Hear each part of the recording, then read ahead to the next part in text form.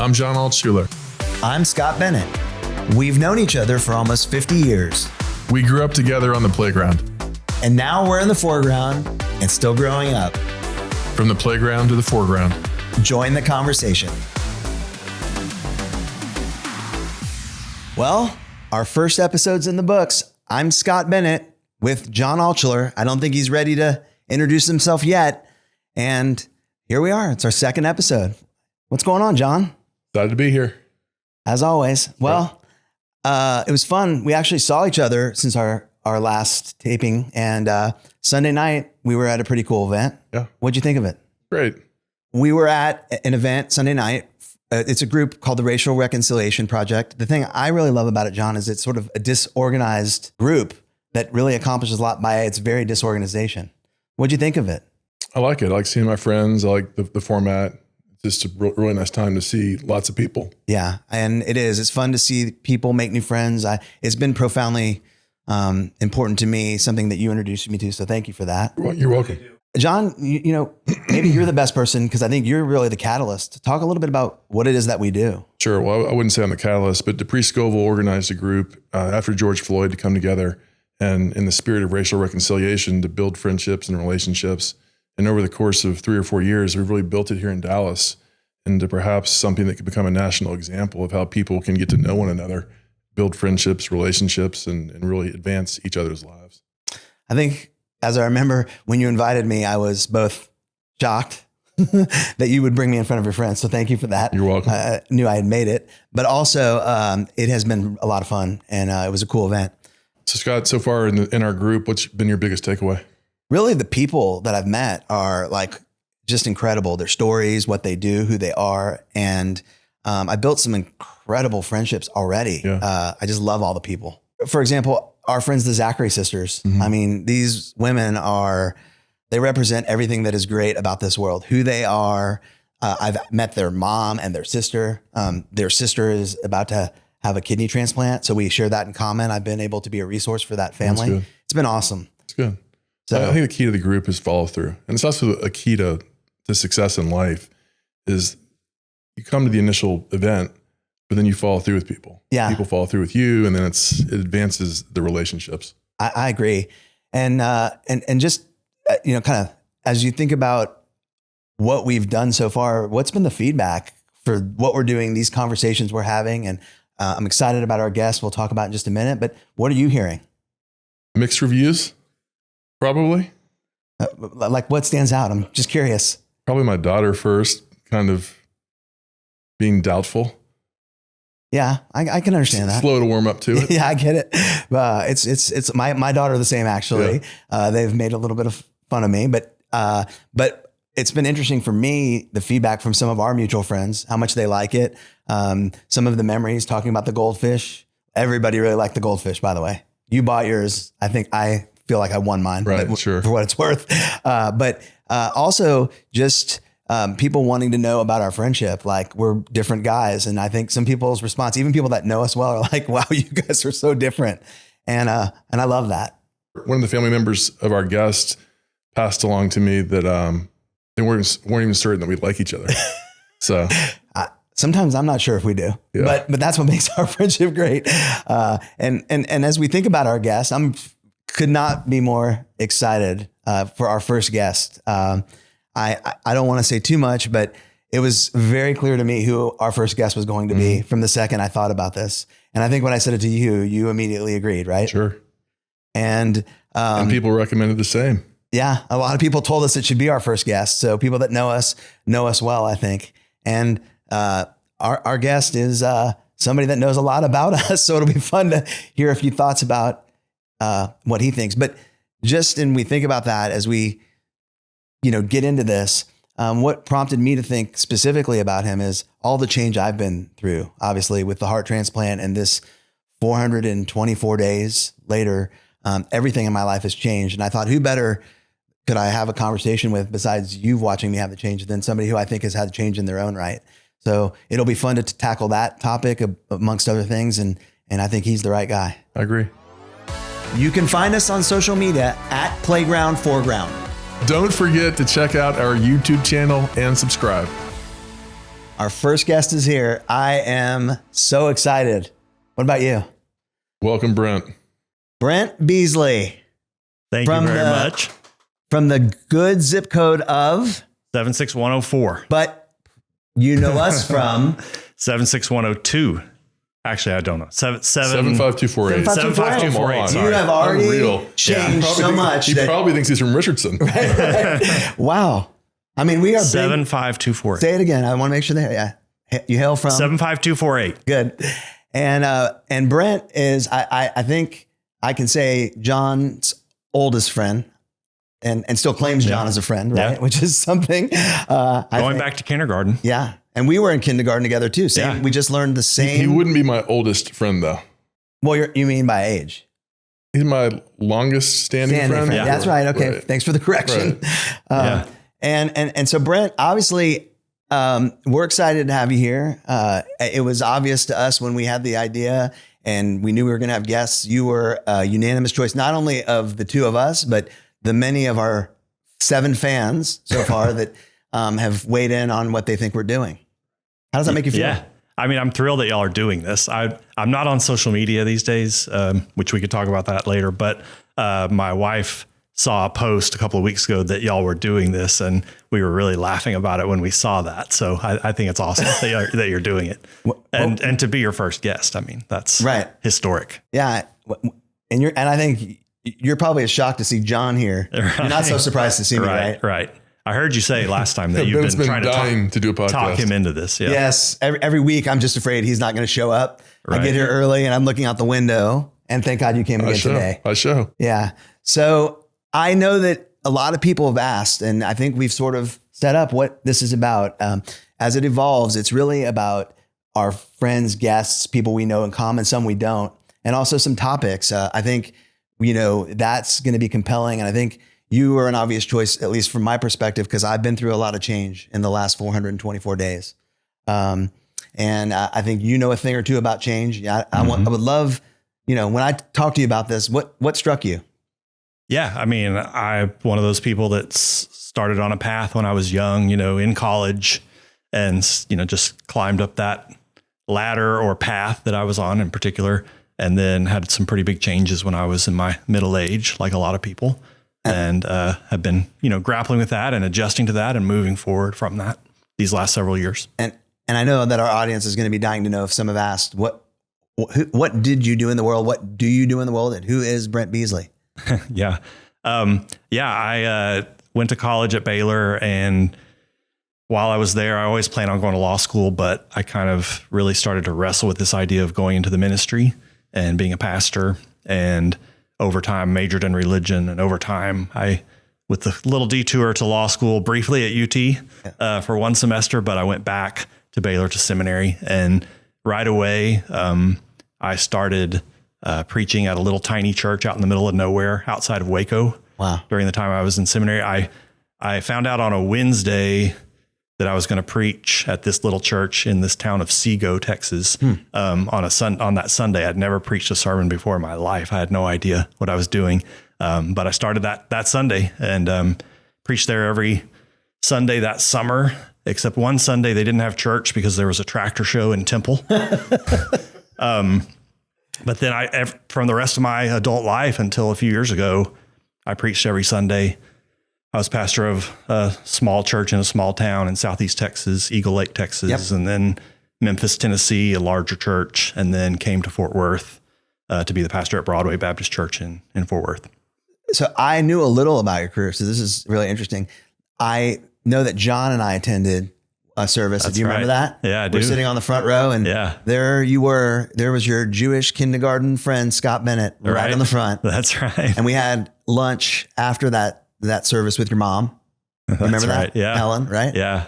And I remember that fondly. Yeah, y'all brought a group of, 4 or 5 of y'all that we had gone to elementary school with, really, and kind of reconnected through Facebook. Yeah. For the most part, it was a group of people that weren't necessarily hanging out together in high school. Right. Diverse group, but we knew each other going all the way back to probably kindergarten or first grade. That was really neat for me to look down and see y'all sitting there. And I know, John, I think I had asked John, because John had kept up with you. But there was something really unique about your Baptist church. I'm Jewish, so I learned about all faiths. I'm interested in faith. Yeah. But what was unique about Broadway, and at least as I understand it? Yeah, Broadway Baptist in Fort Worth is a sort of one. The style is more. It's a kind of Gothic cathedral kind of sanctuary, formal kind of worship. We wear, the ministers wear robes. We follow the liturgical calendar, so it feels more like an Episcopal church or a Catholic church. So pretty unusual for a Baptist church to have that style. And then also, besides style, the substance is more progressive or open than most, traditional Southern Baptist churches. In fact, I started to be the pastor there in June of 2009. And a few weeks later, we were actually kicked out of the Southern Baptist Convention. It was a big, national media story at the time. Seemed like a big deal at the time. And it was really all about the LGBT issues. And, it's crazy how much things have changed just since 2009. But at that time, and it was fraught with anxiety, how churches were going to deal with that. It still is in some degrees, but most denominations have kind of split in some way over it. But we were actually kicked out over it. I remember hearing about that. What did you think about that when, our friend was doing this? I guess I was always very proud of Brent for his position and for what he was trying to advance, and also for how his church was following. But I remember as I look back at what you were going through and what issues you were dealing with, it was really just a preview for what our broader society was going to deal with. The same issues were going to come into more of a national perspective 5 and 10 years later. Like the issue of trans bathrooms, you were dealing with that in 2011 or so, I felt like. Yeah, that's right. Yeah. Yeah, we kind of got pushed out in front on it because the Southern Baptist Convention kind of wanted to make us an example or an issue and put a lot of pressure on us to do what they wanted us to do. And we weren't willing to do that. So, And so obviously that was one of the reasons when I thought about change was, wow, what a change that was from what I thought as a Jew about religion. Like what? I had a lot of questions. I still do. Yeah. And we won't cover them here, but I have many as I can explore my own relationship with faith and things. But then it'd be interesting to know. So tell, what are you doing now? I know, but I'd love to hear a little more about what you're currently doing and the change. I'm still in Fort Worth. I lead a nonprofit organization called Fort Worth Education Partnership that I really helped to start a few years ago. I was, in 2015, 2016, I was going through a divorce, and it's complicated as divorces are, and to try to do that while as pastor of a church, even more complicated. And it was really time for me to do something different, I felt. And Alice Walton, who's the daughter of Sam Walton, the Walmart founder, was coming to church there. And I was just talking to her one day, and I was telling her that I was kind of trying to figure out what I was going to do. And she said, you ought to come work for me. And I said, okay. And because I did not have any other prospects, and I don't have a lot of marketable skills, honestly. And so I said, okay. And I don't think either one of us really knew exactly what I was going to do, but the thinking was she was moving from her ranch outside of Fort Worth into town. Yeah. And she wanted to get more involved in things in Fort Worth as philanthropically.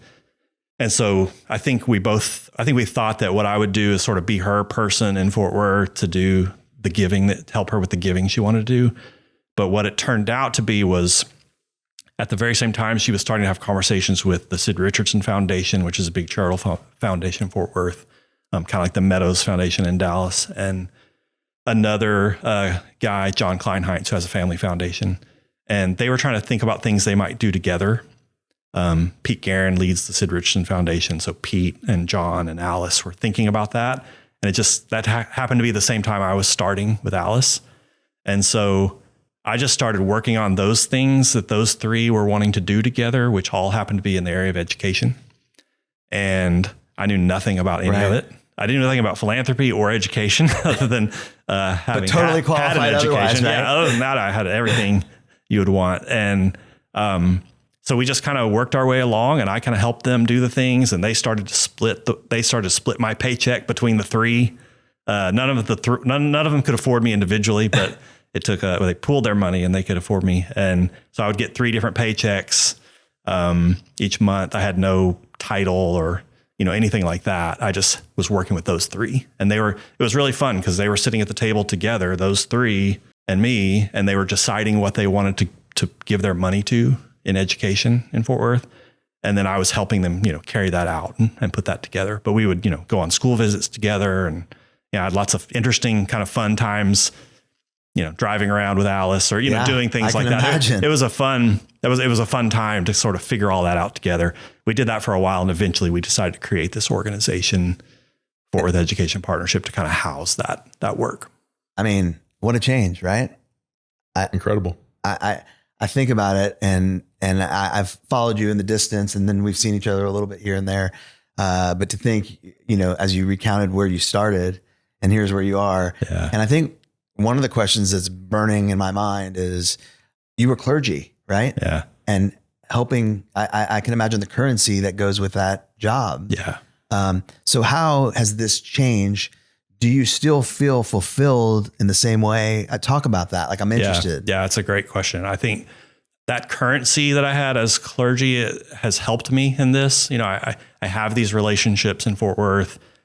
I have some goodwill built up with people in Fort Worth and some trust. And so that's helped me. I think the thing I struggled with the most probably early on was just my identity. My identity was so bound up in being a minister. It's the way people have always seen me since I was 23. And, people talk to me in a certain way. They always make comments about being a minister, or somebody, cusses in front of me and they say, "Oh, I'm sorry." All of that was just bound up in my identity. And also just, having a platform all the time to speak and to write. And so that was quite a thing in my kind of mid 40s, just try to step away from that. And for a long time I was doing the work I was doing, but I still kind of saw myself as the pastor who's doing this thing. Right. And it's probably just been in the last couple of years where I've really begun to feel some kind of loosening of that connection. And I feel more like a person who's doing what I'm doing and not the former pastor who's trying to do it. And, so that's been a big I've watched this the entire time. Like, my observation is you've gone from being front center to someone who's leading from behind, kind of pushing the movement forward. That's right. Do you wake up some days looking for the robe in your closet and it's not there? That's it. That's actually literally in my closet. But my wife, Jamie, would love to see the robe and the stole and all that go somewhere else. But I might one day ask if I can put it on and get a picture just for John, nobody else. Well, that'd be great. That'll be a keeper, won't it? Yeah. Sure. Yeah. It's what John said though about leading. That's been a huge shift. Being in the spotlight and speaking to people. And now what I do is I coordinate and get people together from behind. And I try to get very little attention to myself. Yeah. And that's been a big change. But I think you've always been good at building coalitions. You're an excellent writer and like a fantastic communicator. And I think all those skills have been so relevant and important to this new work. And I sit on the board, actually, one of 4 board members.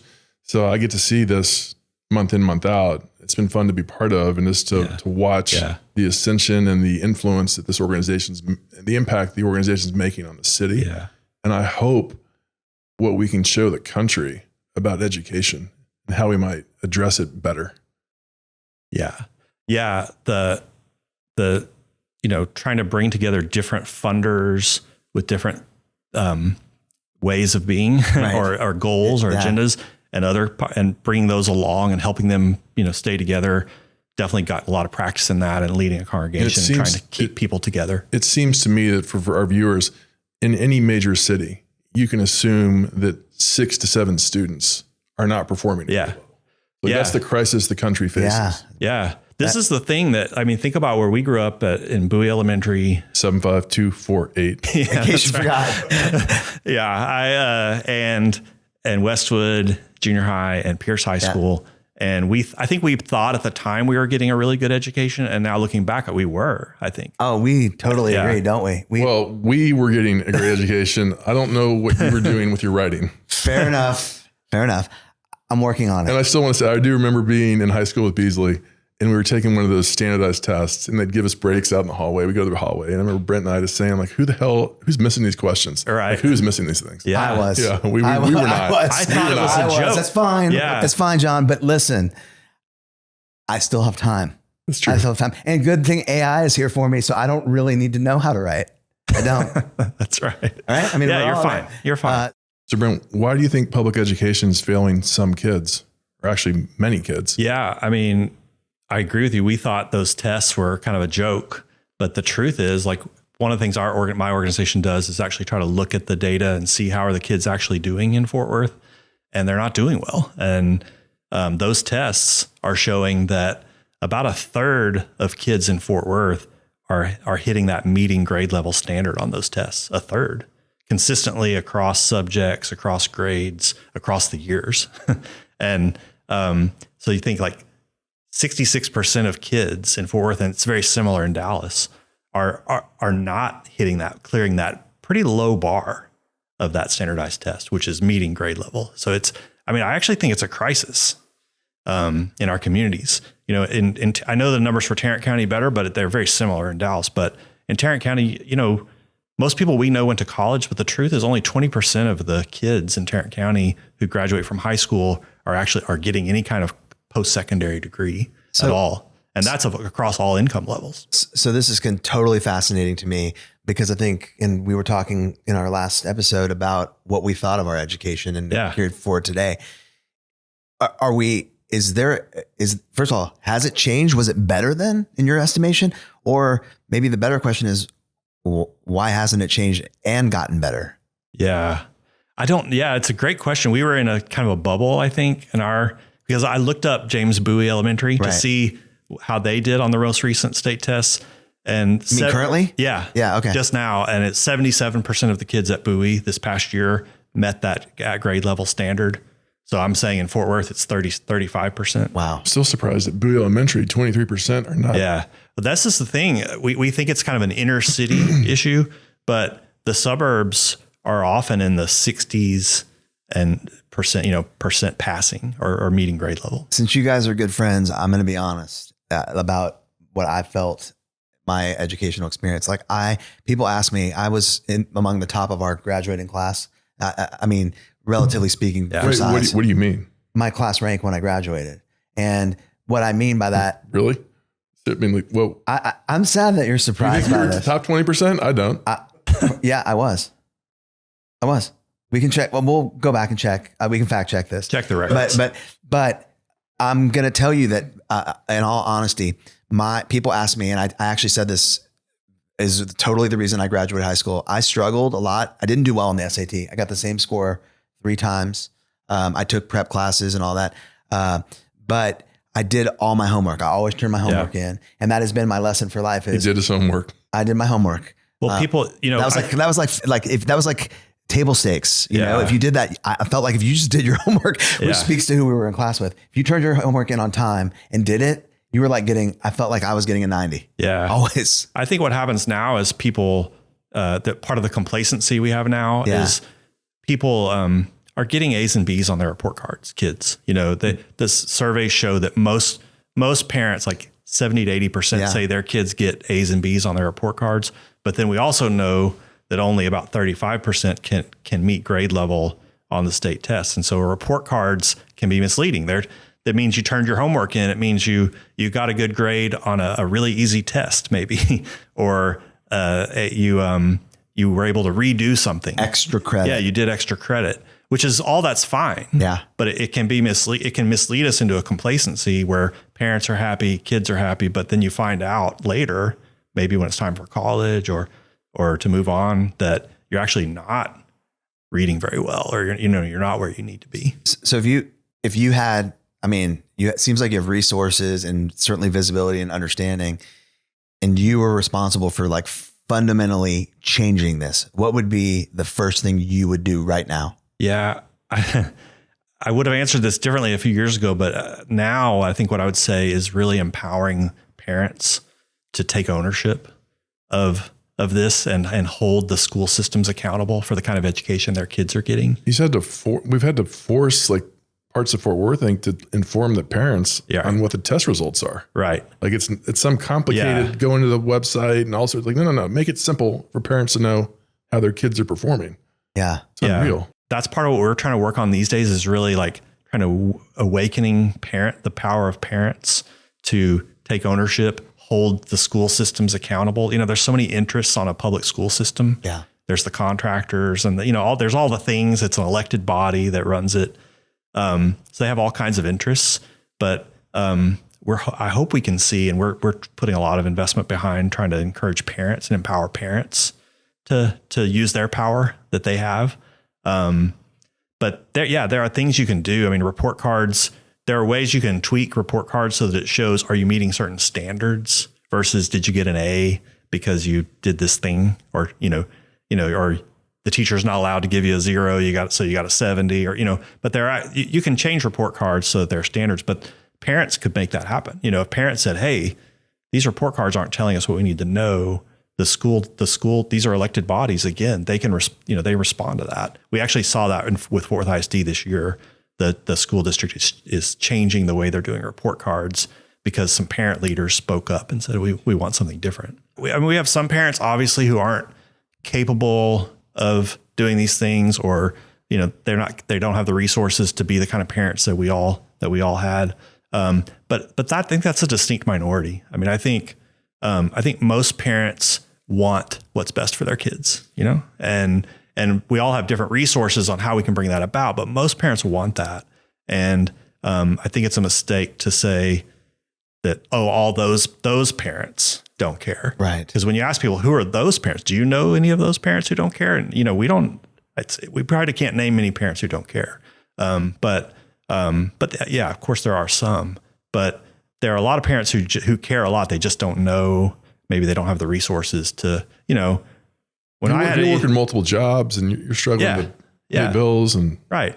You're just trying to keep people moving forward as best you can. Yeah. Think about the things that we probably did as parents to try to help our kids out by making calls, doing certain things, moving to a certain neighborhood. I mean, this is one of the ways you get a good education in Texas is you move to a certain neighborhood, because it's your education is bound up in where you live.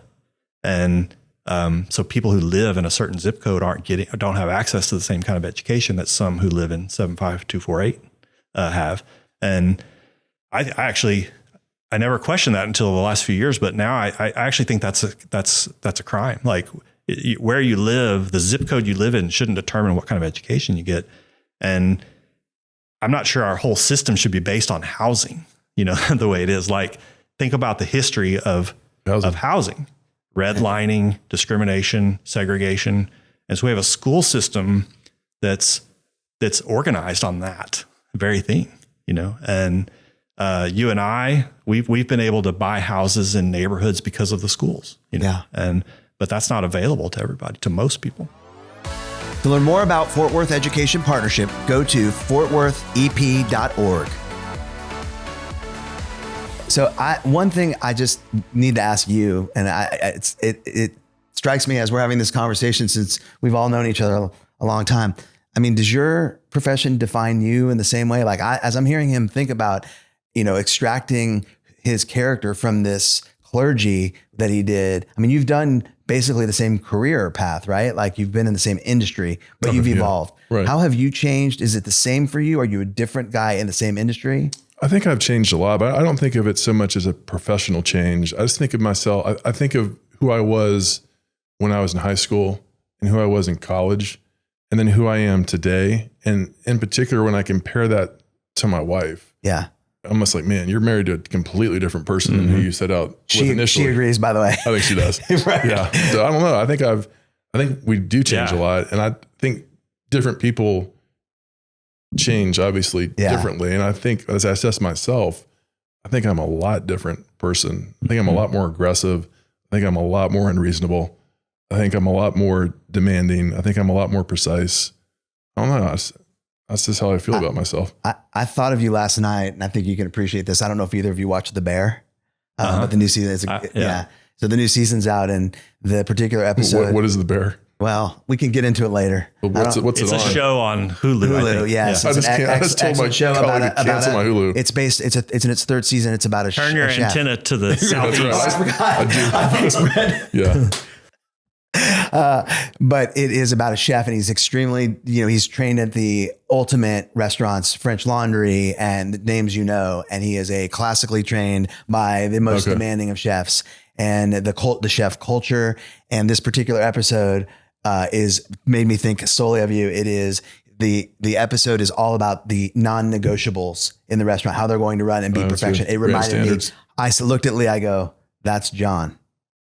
And it's what it takes to be great. And that these are not, and the whole episode is around these non-negotiables. So I can appreciate that you recognize that about yourself. And, I think That's interesting because you are more that way now than you were in high school, for example. Yeah. I feel like I have more conflict I've had like the last 10 years, more conflict in my life than I've ever had. Yeah. And I've had to ask some fraternity brothers, hey, give me some feedback on how I was back then. Cause I don't think I was doing these types of things. Yeah.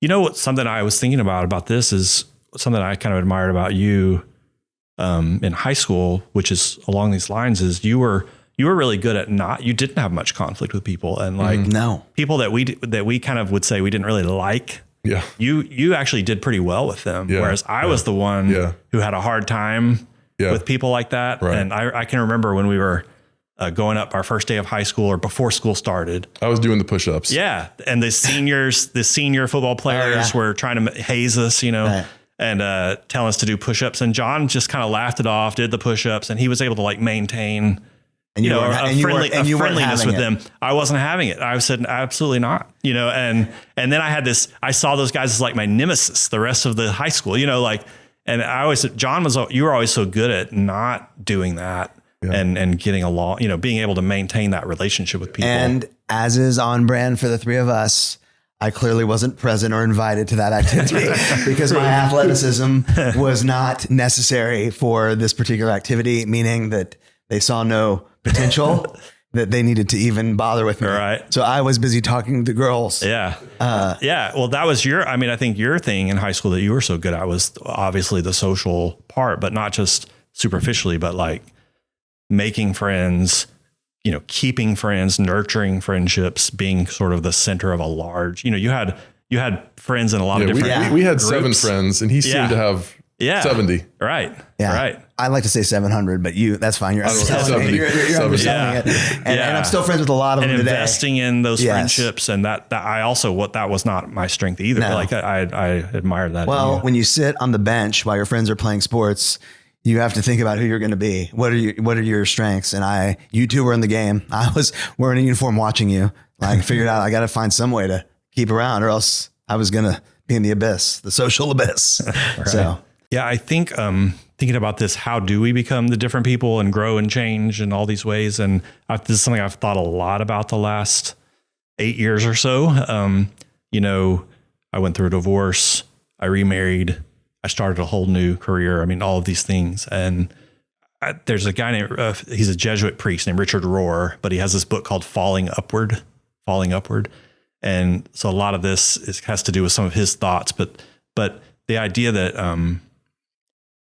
if you're going to really reach the sort of depths of who you are, it's probably going to take some kind of fall or suffering or illness or crisis or loss or something. Because otherwise you can kind of cruise along at this one level of who you are because it's kind of working for you. But when you have that kind of crisis, it gives you an opportunity. Some people don't take it, but it gives you an opportunity to really rethink and kind of go deeper into who you are and grow, and actually grow as a person. And that's been my experience that, for me, it was sort of loss of marriage and loss of my, the pastoral identity, but it kind of pushed me into that. Where I had to go deeper, and I've grown. I think I'm a better person today than I was 10 years ago. And, it definitely pushed me. It was painful, a painful growth, painful push toward growth. Richard Rohr calls it necessary suffering, because we need that probably. And Scott, I know what you've been through. You might have other examples, but certainly the health example you have in the past couple of years. I know John has, I think John's kind of along the way watched me, and I think he's commented that he's seen a little bit of a difference in me. I can tell you it's been profound for me, and I'm going to steal that from you. That necessary suffering, what doesn't kill us makes us stronger. Yeah. I would have never begged, and I speak sometimes, and I love to speak and talk to groups. 100 weeks ago, I was really struggling in my life, honestly, mentally. And I think I'm super open about that. I think you knew I was. And here we sit, and in a very material way was praying for a different title on my business card, a bigger bank account, and a Barbie dream house. And I feel like the force is bigger than me. We can talk about that later. Yeah. Said, we hear you, Scott, and here's a heart transplant. And it's made me better on all the same things you talk about. What about you? I mean, what do you think about it? I hadn't really considered Brent's perspective or framework, but I'd certainly agree with that. I think, though, that it's not just crisis that can allow people to change. When I think about change, I think about, like, what am I reading? Who am I hanging around? Where am I going? So I feel like those three things, like what I've read, people that I'm around, and where I travel to, have really been able to influence me and change me at times, especially over like long spans of time. Yeah. I certainly watch you because I'm more on social media than I think you are. Like the places you've gone, it's like, I know there's a book, Oh, the Places We Will Go. I mean, you've been everywhere, I feel like. And I feel like I've lived it sort of vicariously. You do a great job of sharing. Sometimes I wish I was on the trips with you. Maybe that's a goal. But you really relish in the architecture, the places, the things that you're seeing. And I know that it's had impact on you. Some of the cultural things you bring back. And you've been pretty consistent with those three things. It's about who you're around. Yeah. It's about, really those fundamental principles. Yeah. When's the last time you read that book, Oh, the Places You'll Go? High school graduation. Yeah, we got a lot of those, didn't we? Yeah. That's a good one. Well, here's the deal. So my kids obviously I had them later than y'all, and I had them in a longer span. So I've read that book more recently. Yes. And my son was born in 2011. My youngest daughter was born in 2008, and I started my firm in 2009. And it's fascinating to read that book and to realize, I think Seuss is really writing that to the self-doubting adult. Well, to read it to their child. Yeah. But you read that page by page, he is just explaining to you all the issues you're going to encounter in your life, all the struggles, all the strife, and like what you need to do to move forward. And it's pretty fascinating. It's worth a read for anyone who has it kind of laying around somewhere. Yeah. Because I think if you haven't read it from that perspective, it's fascinating. And it makes me feel comfortable because I'm probably still on that reading level, according to you. Your writing level. I agree. And I do love, by the way, Dr. Seuss. Like my favorite, if people ask my favorite author, like I'm not going to lie. Pretty good stuff. Some of the others. Yeah. I mean, the thought of like, they're timeless. We still, I think, in fact, I got to give a gift to somebody, a baby gift. And I think I'm going to actually give that book. Well, and I think actually one of the 10.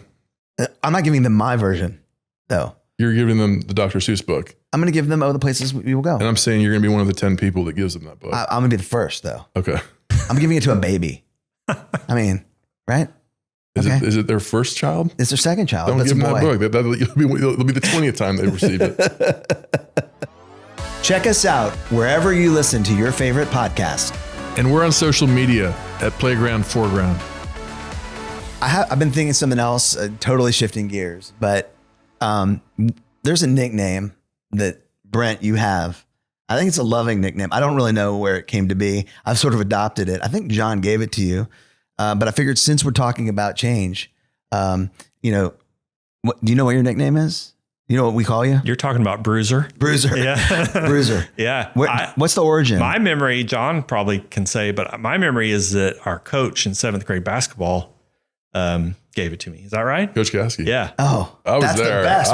I'm probably the one who kind of helped propel it forward, but it was definitely Coach Gasky. I love it. I think he said it once and then John took it totally. from there. Yeah. So great. Coach Gasky. And I can see him in his polyester coach's shorts, right? Like they were blue, I think, always. Yeah, I think he only had one pair. I realized recently because he died not too long ago. Yeah, he just passed away. Yeah, and I think I know you went. I went. Yeah, I couldn't go, but I wanted to go. I have fond memories. But that guy's I was doing the math on that on his, and like, He wasn't that I old. thought he was old when we had him, but No. he was very young when we had him, but he had that big mustache. And I thought he was old, but he, one thing I remember about him, y'all were talking about the newspapers last time. Yeah. He, one time in class, he said, how many of y'all's parents take the Dallas Morning News? And most people raised their hand. And he said, what about the Dallas Times Herald? And like one or two. And he said, yeah, that figures, because the Dallas Morning News is a more conservative or Republican paper.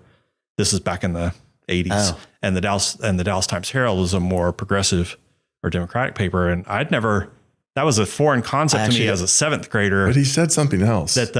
Remember he said something that some kind of slight. Well, it was towards the morning news. It was clear writers. that he preferred the Dallas Times Herald. Yeah. Well, my parents did. My parents I'm sure did. your parents, y'all's parents, like the Dallas Morning News, but I didn't understand. That was new to me at the time. That it was sort of a light bulb that the newspaper can have an orientation, a slant. I was busy writing a note to another classmate during that conversation, I think. But given that all these years I was going to give you the option with an audience if you wanted a nickname change, because we're talking about change, or do you still love it? Because I'm only going to go from here to forward with it. I'm fine with it. The funny thing is I don't use nicknames. I always call people by their given name, even if it's nobody else does. But actually we have a new car, a Hyundai Santa Fe. Yeah. And Jamie, my wife, has taken to calling it Bruiser, because we have a Jeep, and then we have, and the Santa Fe sounds kind of, I don't know, we don't like the sound of that. So she calls it Bruiser. So I think my mom would refer to you as Brent, and my dad would definitely refer to you today as Bruiser. Yeah, that's right. He always does. I think that it was a basketball practice in seventh grade. Yeah. Coach Gasky, I don't know if he was getting on to me about something or telling me I don't know what he was saying, but he just, in doing that, he called me Bruiser, and clearly, I think honestly, it was a mock. so here's the deal. Beasley was early to puberty, real shot up tall, real thin, hairy legs. And I think Gasky was just kind of, hey, Bruiser. Yeah. Clearly I wasn't right. You were not being a Bruiser. physical. Right. Yeah. I wasn't rebounding or playing defense. Right. Yeah. I wasn't at that basketball practice. Again, I wasn't there. Gasky was great. I wasn't on the team. No, you weren't. No, I did, by the way. I'd like to say for the record with you two here that what I do hold close, and I think you guys should, you played on the 9th grade basketball team too, right? That was a good team. By the way, all those guys, including you, some of the best basketball players, of a time, I feel like. Yeah. We had some real good athletes, but we had a tradition in the school of the freshmen versus the faculty. That's right. Do you remember? I'll bring it up fondly because it is I'm 1-0, by the way, in case you didn't know. Do you know who the coach of the freshman basketball team was? First time in history of the school that actually defeated the coaches. Do you know who the I'm guessing it was Scott Bennett. It was me. And I had, not only was I a good coach, I had the best outfit. It was sort of Pat Riley, and my homage, my ode to Pat Riley. I had the suspenders, I was really thoughtful about my outfit, and we beat them. And so while I never got to I played, y'all let me play pickup all the time because you needed another body, but we won that game. And I just want it to be for the record that happened. Well, for the record, I played golf this week with Matt Nangle. I saw. And I sent him home in an ambulance. I'm not kidding. Did you hit him with the ball? Heat exhaustion. Oh, wow. He called 911, said, come get this guy. He fall down. Well, because you make everybody walk. Right? He's never walked. He's just taken a golf. He's not walked. On the 11th hole, I called the pro shop and said, hey, send me a golf cart for this guy. So he finished in a golf cart. By the way, do you know this? And then left in an ambulance. Yeah. Do you know that he makes everybody walk? Yes. You know that? No, I like people. I'm hearing this. That's the game. I know. Well, the way you play it. Yeah. But in 110 degrees, I'm sorry, but you might have to. What about me? We haven't done it since my transplant. Are you going to make me walk? We're going to be real careful. We're going to be real careful. Right. I get nervous when you touch your heart. Like, stop, just don't worry. Careful. I'm not going anywhere. Right. I'm not going. I know how much you'll miss me. Yeah. I do. I can't help but think as I'm sitting here hearing you talk about this, but both your passion, like where you've been and where you are. And, what strikes me is, I guess I really feel is like, what is going to be Brent Beasley's legacy? And I think it's going to be before you're done and riding the bruiser into the sunset, something really profound. You're going to make real change. I think obviously it's awesome that you're supporting it. I I hope heretofore I can support that. However you see, I love what you're doing. Makes me really proud. Like John said, like you're doing something really important. I think you've done so many important things and the change that you made in your life. But what when you think about your legacy as it relates to this education, what's that going to be? Yeah, I don't know. I'm super grateful. Mostly I'm just grateful that I have had the gift of being able to do something that has significance and meaning, and I feel like I did that for a long time as a leader of a church. And then to be able to walk into something and continue to do that is a super special, blessing or gift that I feel like I've been given. So mostly I'm just grateful to be in it, to be in the mix and to get to be a part of that. I love being in a position to impact these important things. And I mean, you guys are too. So it's a